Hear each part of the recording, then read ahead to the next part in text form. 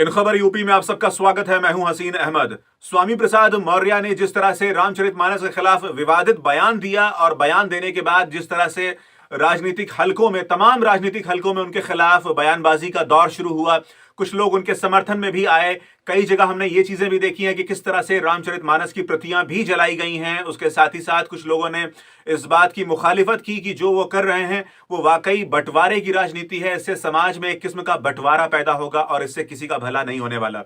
इस तरह की राजनीति से हमें बचना चाहिए। ऐसा कई स्तरों पर हमें देखने को मिला है कि समाज किस तरह से इन छोटी छोटी बातों से बंटना शुरू होता है, क्योंकि बाकायदा इल्जाम लगाया था स्वामी प्रसाद मौर्य ने कि रामचरितमानस जातीय बंटवारे की बात करती है, उसमें एक जाति के खिलाफ चीजें लिखी गई हैं। ऐसे कुछ चौपाइयां हैं जिसके बारे में उन्होंने जिक्र करते हुए कहा कि उसमें बंटवारे की बात की गई है। हालांकि जानकार लोग ये कह रहे हैं कि जिस कॉन्टेक्स्ट में वो लिखा गया, जिस परिप्रेक्ष्य में वो बातें कही गई थी, वो समय अलग था, वो काल अलग था और उसका जो प्रसंग है वो पूरा का पूरा अलग है। और आज आप जिस प्रसंग में उसको जोड़ के अपनी बात कहना चाहते हैं, जिस तरह से अपनी राजनीति चमकाना चाहते हैं, ये दोनों अलग और अहम मुद्दे हैं। आपको जिस प्रसंग में पहले लिखा गया था रामचरितमानस और जिसके प्रसंग में लिखा गया था, वो चीजें बिल्कुल अलग हैं। और आज जिस कॉन्टेक्स्ट में आप उसका इस्तेमाल करना चाहते हैं वो वाकई अपने आप में अलग और शर्मनाक है।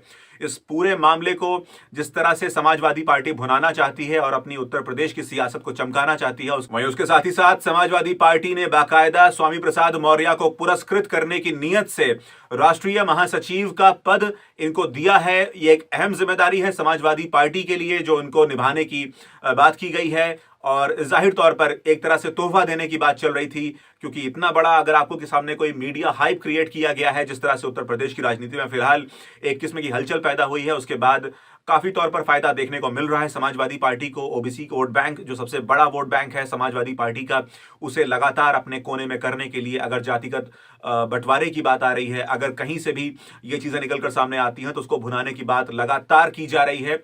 और इसी के लिए, इसी तमाम बातों के मद्देनजर उन्हें बाकायदा राष्ट्रीय महासचिव का पद भी दिया गया।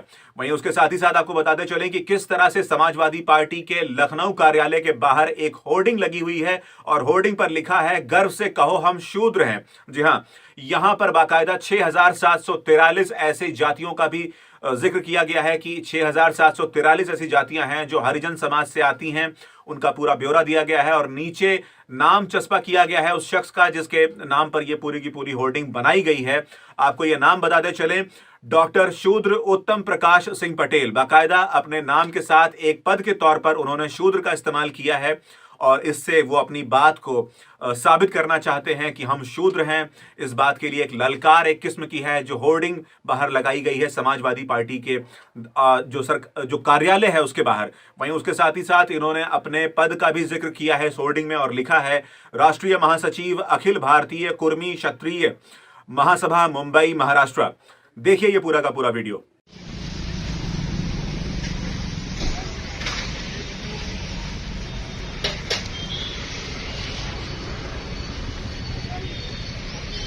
वहीं इसके साथ ही साथ आपको बताते चलें कि जिस तरह से उत्तर प्रदेश में फिलहाल रामचरितमानस के खिलाफ बयानबाजी करने के बाद सियासी माहौल गर्मा चुका है, उसका असर मध्य प्रदेश में भी देखने को मिला। मध्य प्रदेश में जब पत्रकारों ने पूछा वहां के गृह मंत्री नरोत्तम मिश्रा से कि इस पूरे मामले में आपको क्या कहना है, तो उन्होंने साफ तौर पर कहा कि समाजवादी पार्टी और अखिलेश यादव लगातार जिस तरह से तुष्टीकरण की राजनीति करते हैं, जिस तरह से बंटवारे की राजनीति करते हैं, ये उसी का एक परिणाम है।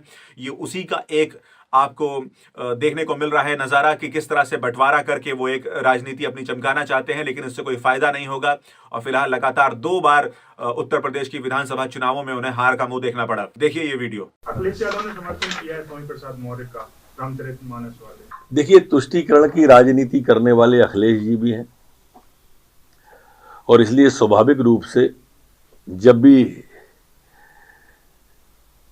धार्मिक भावनाओं पर कुठाराघात होगा वो समर्थन में उतर आएंगे। शायद उनको ये लगता है इससे उनका वोट बैंक मजबूत होगा। अभी 10 साल में शायद समझ आई नहीं है, आगे आए। ऐसी तमाम जानकारियों के लिए बने रहिए इन खबर यूपी के साथ।